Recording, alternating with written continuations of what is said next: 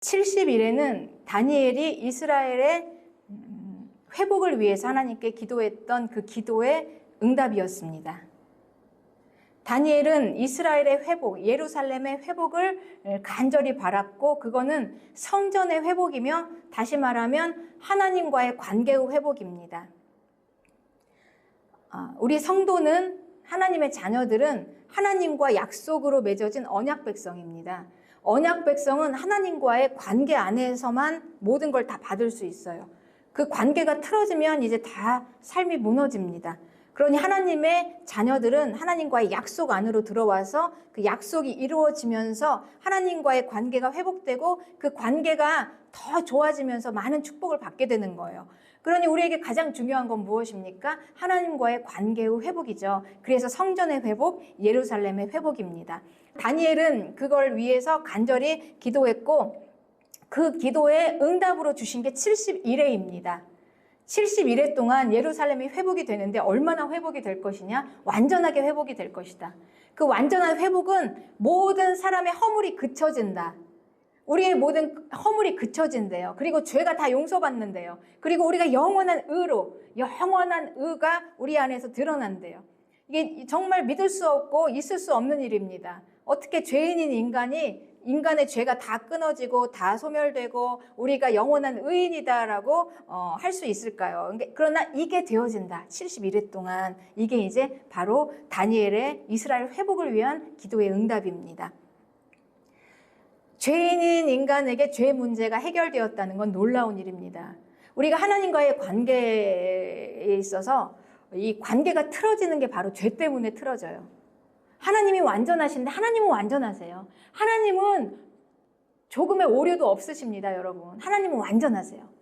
그런데 이 완전하신 하나님 앞에 갈 때마다 우리는 완전하지 못하죠, 인간은. 인간은 허물이 있고 죄인이고 불안정하니까 그 모든 걸 다 죄라고 얘기합니다. 이 죄 때문에 하나님과의 관계가 완전하지 못하는데 이 문제가 해결되었다는 거예요. 죄 문제가 다 해결되었다는 거는 정말 놀라운 일입니다. 그래서 이 죄 문제가 해결되었기 때문에 하나님 앞에 나와서 하나님 안에서 우리가 하나님과 화평한 관계가 되어서 그 충만한 관계 안에서 축복을 받아서 누리게 되는 것입니다. 이 죄 문제가 해결이 되었어요. 여러분 믿으시기 바랍니다. 우리의 죄 문제가 해결되었습니다. 그렇습니다. 이 죄 문제는 우리가 죄가 없다는 게 아니에요. 우리가 죄인임에도 불구하고 하나님께서 우리를 그냥 용서하시기로 작정하시고 하나님께서는 우리의 모든 죄와 허물을 그냥 하나님의 가슴에다 다 묻어버리시고 그냥 우리를 용서하시기로 작정하셨다. 그 아들 예수 그리스도를 통해서 하나님이 모든 걸 다 대신 지시고 우리를 그냥 용서하시기로 작정하셨다. 이게 하나님의 사랑입니다. 그래서 하나님의 긍휼과 사랑이 심판을 이깁니다. 이 죄에 대한 심판이 있죠. 이 죄에 대한 심판을 이겨요. 하나님의 긍휼하심이. 그래서 우리가 용서를 받고 이 모든 죄의 문제가 해결이 되었습니다. 하나님이 대신 치러주심으로. 그래서 은혜입니다. 우리는 이 은혜를 받았습니다. 이걸 믿으시기 바랍니다. 그렇습니다. 그런데 이제 하나님께서는 이게 다 해결되었다 라고 선포하신 것입니다. 죄 문제 다 해결되었다. 이게 70일에 안에 모든 게 다 완전하게 된다. 그래서 이 70일에는 하나님의 나라가 완전하게 회복되는 걸 말씀하시는 것입니다. 하나님의 나라가 완전히 회복된다는 것은 다른 말로 하면 하나님의 나라가 이 땅에 내려와요. 그런데 그 나라는 그냥 한마디로 우리가 표현하면 그냥 천국이 온다. 그래서 그 나라 왕이신 예수님이 다시 오신다. 그거하고 똑같은 말입니다. 예수님이 다시 오시고 하나님의 나라가 이 땅에 온다. 이 종말의 끝날이 온다.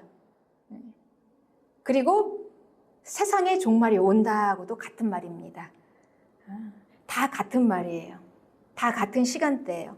그러니 이 70일에 안에 이 완전한 이스라엘의 회복이 된다는 말은 예수님이 다시 오신다라는 말하고 같은 말입니다. 그래서 이스라엘, 하나님의 나라인 이스라엘이 완전히 회복이 된다라는 말과 같은 말이에요. 그리고 또 중요한 게 있습니다. 이 세상의 종말이 온다라는 말하고 같은 말이에요.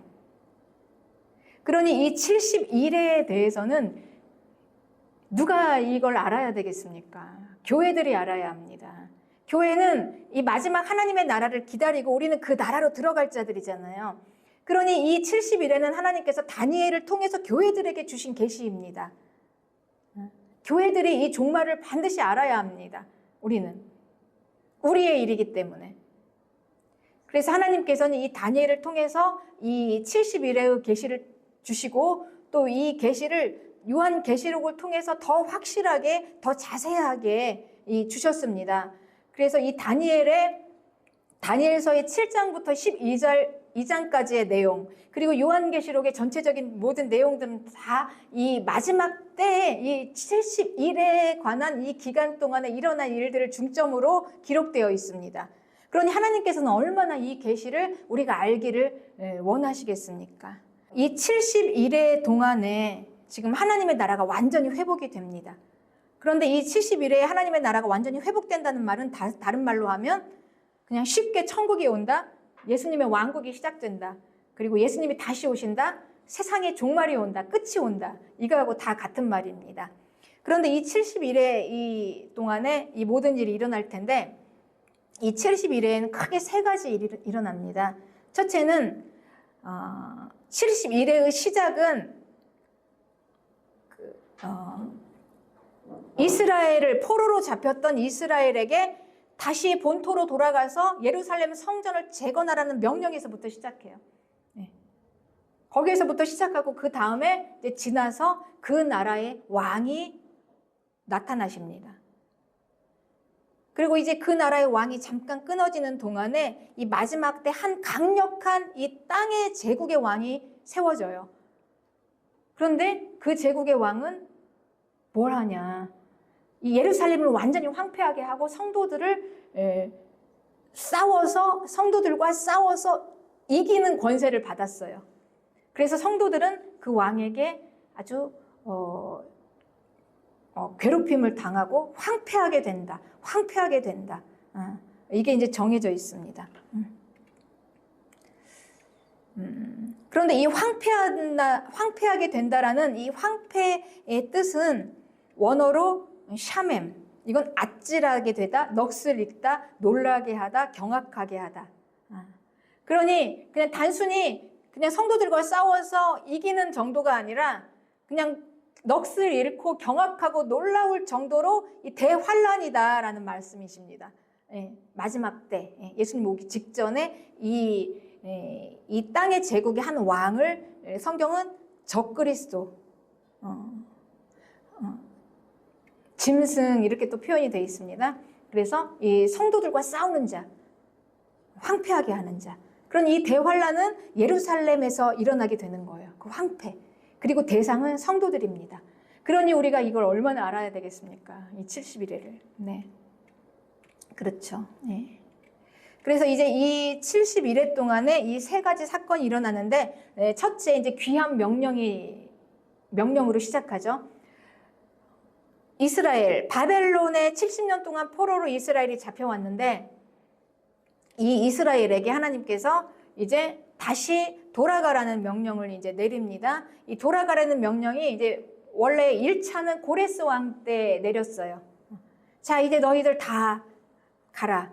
이제 세상 제국은, 그때 당시에 세상 제국의 이 정세는, 세계 정세는 이스라엘이 바벨론의 포로로 잡혀왔잖아요. 그런데 이 바벨론을 메대와 바사가 바벨론을 멸망시켰어요. 바벨론을 망하게 하고 그 다음에 이제 메대와 바사 제국이 일어났어요. 그러니 이제 바벨론의 포로로 잡혀왔던 이스라엘을 이들은 어떻게 처리할 것인가? 그들은 종교 융화 정책을 써서 이스라엘을 자기 나라로 돌려보내고 굉장히 잘해줬습니다. 그래서 고레스 왕 때 이스라엘은 돌아가라 이렇게 명령을 내렸어요. 그런데 그 70년 동안 바벨론에서 터를 잡고 살았던 사람들이 그 명령 한 번 듣고 다 우르르 가겠습니까? 움직임이 느리잖아요. 가족도 있고 어린아이도 있고 노인도 있을 텐데. 그래서 2차 명령이 또 다리오 왕 때 있었어요. 너희들 돌아가서 예루살렘을 재건하라. 이게 이제 사람의 생각으로 사람의 왕이 한 명령 같지만 그 배후에는 하나님이 다 주체해서 명령을 하신 거예요. 하나님의 계획 가운데에서. 먼저 가서 예루살렘 성전을 회복하라. 가서 성전부터 회복하라. 그리고 이제 3차 바사의 아닥사스다 왕이 이제 본격적으로 에스라를 불러서 에스라에게 직접 명령한 거예요. 에스라는 아주 그 정통한 성경학자였어요. 에스라에게 가서 예루살렘 성을 재건하고 성전을 재건하라고 직접 명령을 내렸습니다. 그래서 그때 이제 본격적으로 에스라가 느헤미야와 함께 예루살렘의 성전을 재건하고 또 성벽을 재건하고 그 일을 시작하게 된 거예요.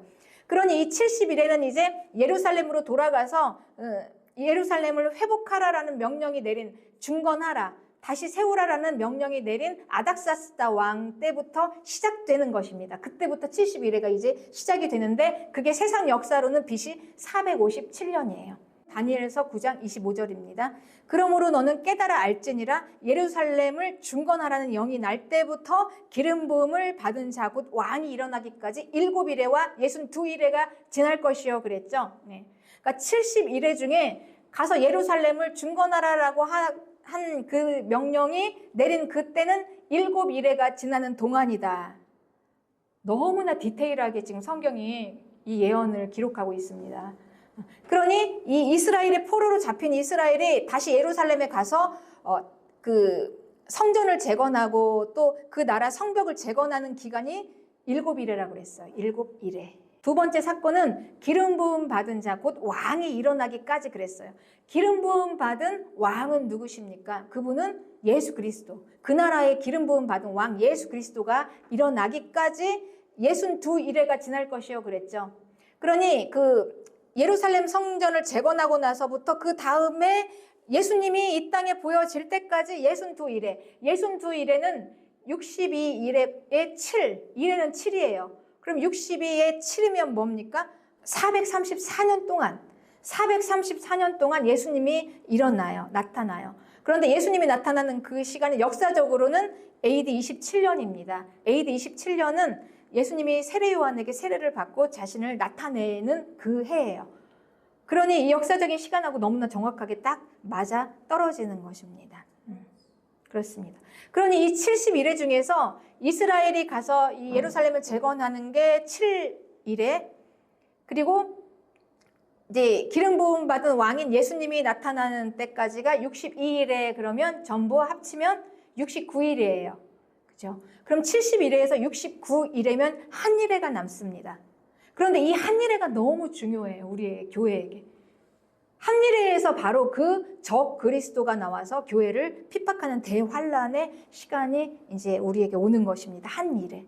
그래서 다니엘서 9장 26절에는 이 62일의 후에 기름 부음을 받은 자가 끊어져 없어질 것이며 장차 한 왕의 백성이 와서 그 성읍과 성소를 무너뜨리려니와 그의 마지막은 홍수에 휩쓸림 같을 것이며 또 끝까지 전쟁이 있으리니 황폐할 것이 작정되었다. 황폐할 것이 작정되었다. 이 얘기는 황폐는 아까 막 놀라고 그랬죠. 깜짝 놀라고 막 그런 대환란이었죠. 그러니까 대환란이 작정되었다라는 거예요. 이게 하나님의 계획 안에.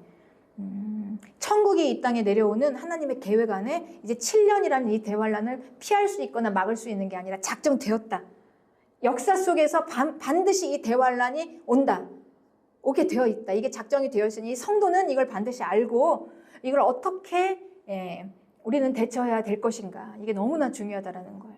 마귀가 이 짐승이라는, 여기 이제 계시록에서는 짐승이라는 이름으로 나와요. 그 적 그리스도가 짐승이라는 이름으로 나왔지만 마귀가 권세를 준 이 짐승은 사람들에게 표를 받게 해요. 표. 여러분이 아마 그 얘기를 들어보셨을지 모르겠어요. 마지막 때 대환란 때 표를 받는데 666 뭐 어쩌고 저쩌고 짐승의 이름. 여러분 근데 이제 제가 이 말씀을 준비하면서 저는 정말 요한이 어쩌면 이 시대를 이렇게 보고 지금 이 시대에 일어나고 있는 이 일이에요. 지금 점점 되어져 가고 있는 이 시대. 요한은 어떻게 이거를 짐승이 표를 받으라라고 한 이 계시를 어떻게 기록했을까? 이 요한이 기록했던 이 당시, 네. 지금 오늘날을 지금 기록하고 있는 거예요, 요한이. 그런데 여러분 보세요. 지금 여러분 이 시대가 어떻게 진행이 되고 있냐면 여러분 지금 살기가 어렵다 하는데 지금은 우리가 과도기예요. 전에 산업혁명에서 그 산업혁명하면서 모든 게 기계화로 되어지는 과도기 때 많은 사람들이 많이 어려웠죠. 그때 다 막 파산하고 망하고 그것도 돈을 많이 버는 사람도 있었지만 산업혁명이라는 과도기가 있었습니다. 우리 인간 역사에. 근데 지금이 이 세상이 기계화가 디지털 사회가 되어가는 과도기예요. 바벨탑을 쌓았던 인류들이 있었어요.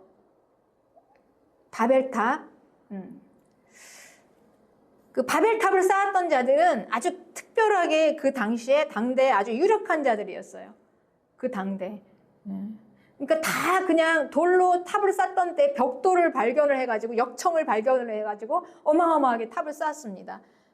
그러니까 인간의 과학과 기술의 발달이죠. 그런데 결국은 그게 뭐였습니까? 그 배후에는 하나님을 대적하는 거였죠. 그러니까 우리는 이걸 잘 봐야 돼요. 과학이라는 이름으로 인간은 발달합니다. 과학으로 쭉 발달을 해요, 여러분.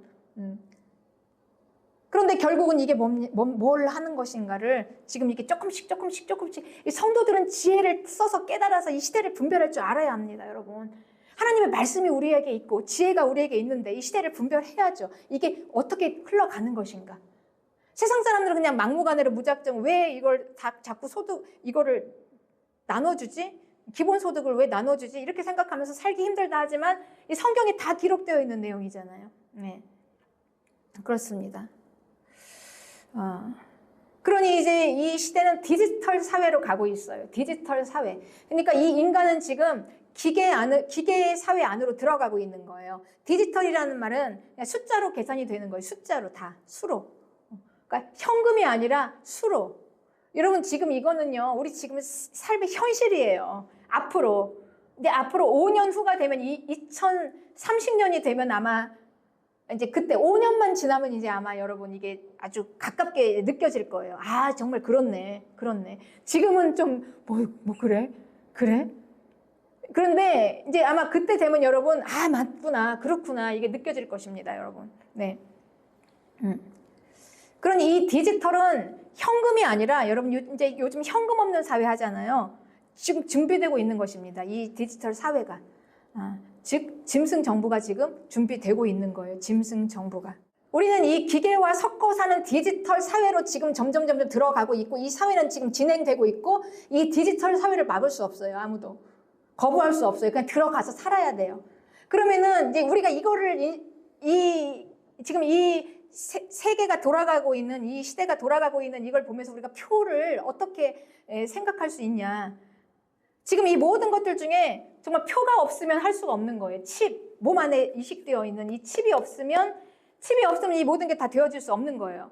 그러니까 디지털 사회는 지금 아무도 막을 수 없어요. 되고 있어요. 진행되고 있어요. 모든 사람들은 다 이 안으로 들어옵니다. 그리고 이제는 뭘 챙기지 않아도 그냥 내 몸 하나가 내 몸 하나로 다 돼요. 이 안에 다 들어있어요. 내 정보가 다 들어있어서 그냥 내 몸이 하나 딱 지나가면 다 내가 찍혀요. 결제 안 해도 되고 뭐 그냥 주민등록증 안 보여줘도 되고 비행기표 막 해가지고 찾아가지고 옛날에는 막 보여주고 지나갔잖아요. 이런 거 없어도 되고 그냥 몸이 하나가 딱 지나가게 돼요. 뭡니까? 로봇이죠. 로봇하고 인간하고 섞어지는 거예요, 여러분. 그러니 여기에 가장 결정적인 게 뭐냐면 표라는 거예요. 칩. 이 칩이 없으면 이걸 못해요. 그러니 이 표를 안 받으면 이 사회에 들어가서 살 수가 없다는 거예요, 여러분. 그러니 이걸 누가 알아야 되겠습니까? 이 세상 사람들은 표를 다 받아요. 다 받아. 그러니까 다 받으니까 이들은 이걸 가지고 뭐 문제 될 게 없어요. 오히려 더 잘 됐죠. 그들이 꿈꾸는 유토피아. 그런데 우리는 뭐냐? 이 표를 받지 말라예요. 표를 받지 말라. 우리는 표를 받으면 안 됩니다, 여러분. 표를 받지 않아야 할 이유가 너무 많아요. 계시록 14장 9절에는 또 다른 천사 곧 셋째가 그 뒤를 따라 큰 음성으로 이르되 만일 누구든지 짐승과 그 우상에게 경배하고 이마이나 손에 표를 받으면 어떻게 되냐면 10절에 어린 양 앞에서 불과 유황으로 고난을 받으리니 그는 즉 표를 받으면 짐승을 경배하는 거. 그러니까 표를 받으면 마귀를 경배하고 표를 받는 거예요. 그 표는 마귀의 이름표예요. 그러니까 마귀를 경배하고 마귀의 그 기계와 디지털 사회로 들어가서 마귀를 경배하고 살다가 지옥으로 떨어지게 된다라고 분명히 계시록을 그래서 교회에게 주신 것입니다, 여러분. 계시록을 교회에게 주시고 이 마지막 때를 이 표를 받지 말라, 또 표를 짐승이 받게 한다, 이런 이야기들이 지금 기록이 되어 있고, 지금 이 현실은 정말 표를 받는 사회가 되는 디지털 사회로 가고 있는 이 시대를 분별을 하면서 보면 이 교회는 여러분 정말 얼마나 깨어서 지금 이 마지막 때를 어떻게 지내야 되는가를 우리는 이거 하나씩 하나씩 알아지고 이 계시가 열어지면 열어질수록 정말 여러분 정말 말할 수 없어요. 이 경이로움을, 하나님의 이 말씀의 경이로움을, 하나님의 말씀이 이런 걸 계시해서 우리 교회들에게 이걸 주고 있었는데, 이 교회는 이 마지막 때의 이 말씀을 우리는 이걸 알아야죠, 여러분. 이걸 알아야죠. 이게 우리에겐 너무 중요한 거 아닙니까? 지금. 할렐루야. 맞습니다, 여러분. 지금 이게 중요한 거예요. 우리가 어떻게 표를 받지 않는 믿음을 가질 것인가. 여러분, 누가 표를 받겠습니까? 이 표는 이 사회 안에 들어가서 잘 살 수 있는 사람들이 받는 거예요. 그러니까 마귀를 경배하더라도 내가 이 땅에서 고소득을 받아서 잘 살겠다, 불편함이 없이 이 땅에 사는 동안, 내가 비록 지옥을 가더라도 그냥 사는 동안은 편하게 살고 싶다라는 마음을 가지면 표를 받게 됩니다. 그래서 이제 교회는 타협을 하게 되겠죠. 표를 받아도 된다고.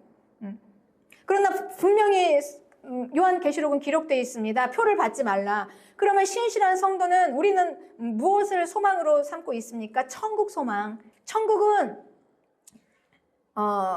거기 안에 있는 그 보화를 발견해서, 그 밭의 보화를 발견해서, 그 보화가 가장 값진 거기 때문에 그 가장 값진 보화 하나를 팔기 위해 전 재산을 파는 거예요. 예수님의 비유입니다. 이게 천국이다. 그러니까 천국은 내가 원하는 거 다 갖고 이 땅에서 잘 살고 행복하게 누리고 즐기고 또 성공하고 다 이 땅에서 평안하게 잘 살다가 그냥 우아하게 옮겨가는 게 절대 아닙니다, 여러분. 그래서 이 마지막 때 이 말씀을 하나님께서는 교회에게 분명히 알아야 한다. 이 말씀을 모르면 교회가 누가 이거를 믿음 하나 지키겠다고, 내가 예수님 하나 믿겠다고, 그것까지 내가 예수님 하나 믿겠다고 다 버려. 이렇게 되는 것입니다. 그러나 성경은 분명하게 말씀하고 있어요. 우리에게 보여주고 있어요. 마지막 때의 그 끝을 보여주고 있습니다. 우리가 선택을 어떻게 선택하느냐에 따라서 결국 우리는 짐승의 이름의 표를 받고 이 땅에서 아니라고 편안한 삶을 추구하면 결국은 끝까지 불못으로 던져지고, 끝까지 내 믿음 지키고 천국 소망하면 결국은 하나님의 나라, 영광스러운 하나님의 나라로 올라가게 된다. 그러니 우리는 얼마나 천국에 대해서 많이 열어져야 하고 그에 대한 믿음을 가지고 있어야 하겠습니까? 네, 그렇습니다. 그래서 계시록 14장 12절에는 성도들의 인내가 여기 있나니 그들은 하나님의 계명과 예수에 대한 믿음을 지키는 자다. 할렐루야. 네. 이거는 여러분 그때 가서 생겨나지 않아요. 우리의 믿음, 우리가 오늘 여기에서 드리는 예배, 내가 이 예배를 드리기 위해서, 이 예배 한 시간을 지키기 위해서 다른 거 다 포기하고 거절하고 왔던 이 시간, 이게 하나씩 하나씩 모아지는 것입니다.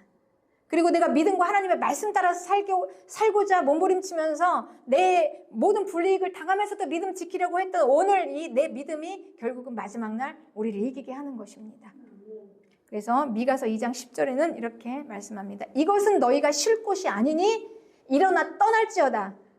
이는 그것이 이미 더러워졌음이라. 그런즉 반드시 멸하리니 그 멸망이 크리라. 여러분, 이 땅이 이제 디지털 사회는 마귀의 세상입니다. 마귀의 창조물로, 마귀가 창조한 로봇에 하나님이 창조한 사람이 섞어져서 하나님의 창조물을 마귀의 창조물로 대체하는 그 마지막 세상이 지금 오고 있습니다. 그리고 인류 역사 속에서는 바벨탑을 비롯해서 이런 하나님을 대체하는 마귀예요. 하나님이 되겠다는 마귀예요. 내가 하나님이 되겠다는 마귀의 이 꿈은 산산이 다 하나님께서 심판으로 다 부서뜨리셨습니다. 이 마지막 종말은 마귀가 꿈꾸는 디지털 세상, 마귀의 세상, 여기에서 이제 성도는 하나님의 자녀들은 어떻게 살 것인가? 그래서 여러분 오늘 이 말씀을 하나님께서 교회에게 주셨습니다. 교회는 이 말씀을 반드시 알아야 합니다. 교회는 이 말씀을 더 연구하고 더 깨달아서 더 기도하면서 하나님 더 열어주세요. 더 바르게 깨닫게 해주시고 더 바르게 전하게 해주세요. 이게 교회의 이 열망입니다. 그래서 육을 넘어서 천상을 바라볼 수 있는 눈이 열리시기를 축복합니다.